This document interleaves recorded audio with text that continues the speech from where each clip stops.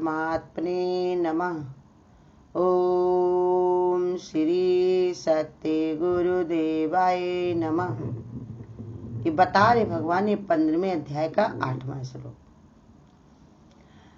गंध के स्थान में वायु जैसे गंध को ग्रहण करके ले जाता है, वैसे ही देहादिकों का स्वामी जीवात्मा भी जिस पहले शरीर को त्यागता है, उसमें मन सहित इंद्रियों को ग्रहण करके फिर जिस शरीर को प्राप्त होता है उसमें जाता है।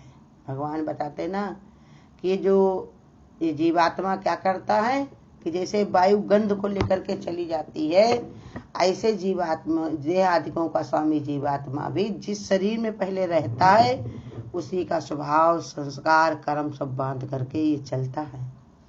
इसी के कारण उसको जिस शरीर को प्राप्त होता है उसमें फिर वो ले करके जाता है। जैसे गुरु बताते हैं कि कोई बनिया होता, पहले दुकानें ऐसे लगती थी जगह जगह पर, आज शुक्रवार को वहाँ पर, शनिवार को वहाँ, सोमवार को, इतवार को, तो बनिया अपनी क्या करता था, पहले ये दुकानें थोड़ी तो पक्की बनी रहती थी, हमेशा बगिया गिया में लगाई जाती थी दुकानें, तो उसी में अपना बनिया क्या करता था, अपने खोट को माने कोई चद्दर दर ले करके उसको खोल करके अपनी सारी दुकानें, झोलों में सब सामान उसका रखा रहता था, सब खोल देता था।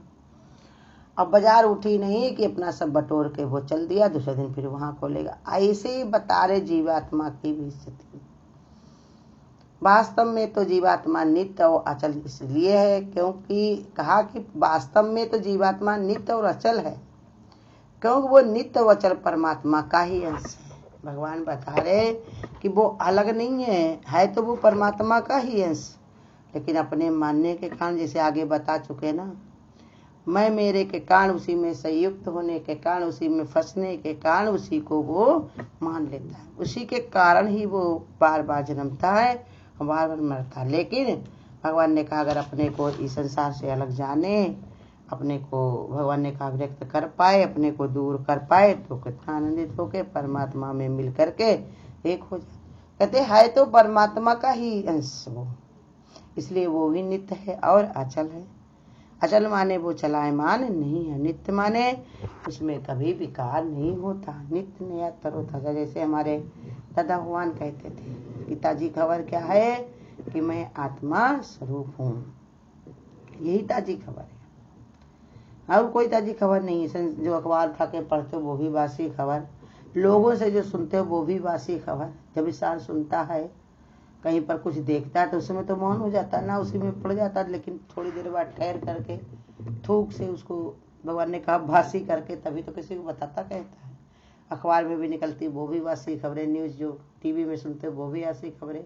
बस एक वही गुरु कहते नित्य क्या है, आत्मा, जिसका ज्ञान तुम रातों दिन कहते रहो सुनते रहो वो, लेकिन वो नित्य नया होगा, क्योंकि वो परमात्मा का स्वरूप है। ज्ञान ही भगवान है और भगवान ही ज्ञान है, गुरु ही ज्ञान है और गुरु ही भगवान ने कहा भगवान ही ज्ञान है। इसलिए जो ऐसे तत्व को जान लेता, जैसे भगवान ने बताया कि राम से बड़ा राम का नाम, जितने लोगों को भगवान ने नहीं तारा होगा, लेकिन उतने नाम ने उनको दिए, तो भगवान स्वरूप ही तो है भगवान का नाम, कहीं अलग थोड़ी है। तो इसलिए समझा रहे भगवान कि वो है तो अंश उसी का ही, परमात्मा का ही अंश है, लेकिन ना मानने के कारण, ना समझने के कारण उसी में फंसा रहता, उसका कहीं आना जाना नहीं होता। परंतु स्थूल शरीर का संबंध नाश होने से जीवात्मा उसी प्रकार उसे त्याग कर जाता हुआ दिखाई देता है कि जिस प्रकार नौका में यात्रा करने वाला यात्री अपने को स्थिर समझते हुए तटवर्ती वृक्ष इत्यादि को दूर से ही जाता हुआ दिखाई पड़ता। कहते नौका में कोई चल रहा है तो क्या होता, नाव तो आगे बढ़ती चली जाती, लेकिन किनारे जो पेड़ पौधे होते हैं तो वो क्या होते हैं, पेड़ पौधे लगे होते हैं, तो वो लगता है कि वो चलते हुए चले जा रहे हैं, लेकिन वो चलते थोड़े, वो तो खड़े हैं, चल कौन रहा है, हम ही चल रहे हैं उस नाव में बैठ करके। तो इसलिए समझा रहे भगवान कि जैसे तुम ट्रेन में भी जाते हो देखते हो, बस में जाते हो देखते हो, क्या होता है कि लगता है कि हम जो है कि वो पेड़ पौधे या रोड चल रही है, लेकिन चलता कौन है, हम जिसमें बैठे वो गाड़ी। ऐसे ही बता रहे भगवान कि ये समझा रहे कि मन इंद्रियों का संबंध शरीर से इतना घनिष्ठ नहीं है जितना जीवात्मा से। देखो पता कितना सुंदर बता रहे भगवान कि ये मान बैठा हुआ है, खाली ये शरीर से संबंध मान बैठा है, शरीर बालों से, शरीर से, लेकिन इतना संबंध इसका भगवान ने कहा नहीं है। संबंध कितना है? अपनी इंद्रियों मन से। वो तो अंतर्मुक्ता में है ना हमारे। ये शरीर तो हमारा बाहर मुक्ता में रहता है, लोगों को दिखाई पड़ता है, देख करके हमारे स्वभाव संस्कार में आ जाता है। लेकिन संबंध हमारा जितना नजदीक संबंध जो है वो मन इंद्रियों से है, उतना ये शरीर से घनिष्ठ संबंध नहीं है। शरीर की उपयोगिता नष्ट हो जाने पर जीवात्मा इन ज्ञानेंद्रियों और मन को उसी प्रकार अपनी ओर आकर्षित कर लेता है जिस प्रकार फूल की सुगंध उसमें निकलकर वायु में मिल जाती है और वायु के माध्यम से अपनी नासिका तक पहुंच जाती है। पहले जैसे फूल जो होता है तो उसकी सुगंध क्या होती है कि उसकी वायु निकल करके नाक के द्वारा तुम्हारे में प्रवेश कर जाती है, तो कहते हो कितनी अच्छी इसमें सुगंध आ रही है। ऐसे ये वायु में गुण होता है कि जहाँ पर कहीं खुशबू हो या बदबू हो वो उसको उड़ा करके ले जाएगी, वो आगे ले जा करके उसको वो छोड़ देगी। लेकिन जीवात्मा का ऐसा स्वभाव नहीं है, इसके अंदर यही खराबी है कि ये उठा लेता तो ये जन्मों जन्मों तक, भगवान ने बताया कि जन्मों जन्मों तक ये छोड़ता ही नहीं है।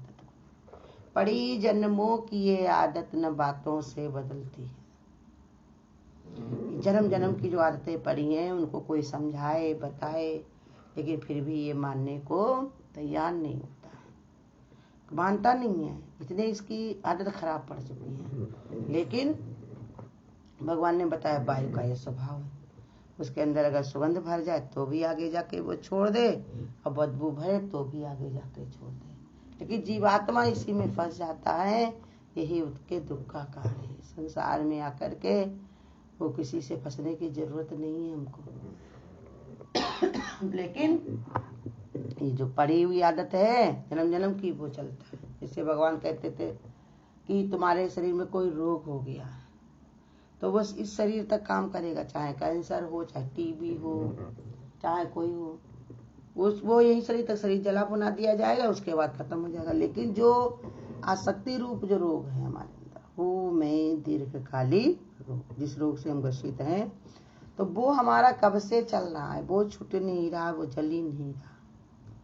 संत महात्मा मिलते, ऋषि मुनि समझाते, जब तक मिलता तब तक सुना जाता, समझा जाता, उसके बाद फिर वैसे के वैसे गिर की तरह पेड़ में चढ़ा तो हरा हो गया, जमीन में आया तो मटमैला हो जाता है।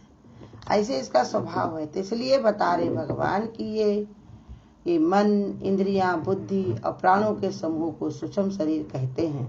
यही 3 प्रकार के शरीर होते हैं, स्थूल शरीर, सूक्ष्म शरीर और कारण शरीर। स्थूल शरीर जो हमारा दिखाई पड़ता है, और सूक्ष्म शरीर काहे से बनता, बता रहे कि इंद्रियां, मन, बुद्धि और प्राणों को समूह को सूक्ष्म शरीर कहते हैं, और उसमें 5 तन मात्राओं को स्थूल भूतों में स्थूल शरीर का पिंड बना माना जाता है। कहते हैं इसी में ही 5 तन मात्राएं माने उसी से जुड़ी हुई, उसी के 5 में 5 विकार हैं। 5 विकारों के कारण उसमें इसी में जो भगवान ने कहा इतना आसक्ति हो जाती है, इतना इसमें लिपाए मान जाते हैं। जैसे आगे श्लोक में बता चुके थे 3-4 में कि उसी में संयुक्त हो जाना माने उसी में ही युक्त हो जाना, लिप्त हो जाना। उसी की तन्मात्राएं माने इसी में जो स्थूल भूतों के स्थूल शरीर का पिंड बना देते हैं। वही कारणवश ये पिंड बनता है। शरीर हमारा आदत पड़ी रहती है, वो आदत के लिए हमको खाने की, पीने की, देखने की, कहने की, सुनने की, स्पर्श करने की। अब इसमें भी तरह तरह के विकार, कोई एक कारण थोड़ी होता है। अभी घर में एक सब्जी तुम बनाने बैठते हो, तुम्हें क्या क्या डालते हो, कितने कितने डालते हो, अब कितने कितने लोगों की क्या क्या चीजें उसमें पड़ी होती, कहाँ तक मन होता, भाव होता, कहाँ तक इसको खाना पीना होता, तो वो सब कितना पता नहीं लगाया जा सकता।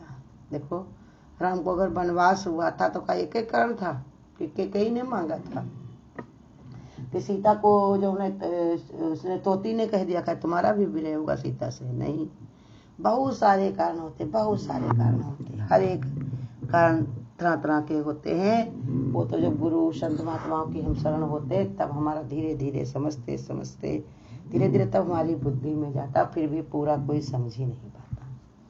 ये ज्ञान ऐसा इसलिए तो कहा कथनी है, इसका कथन कोई कर ही नहीं सकता।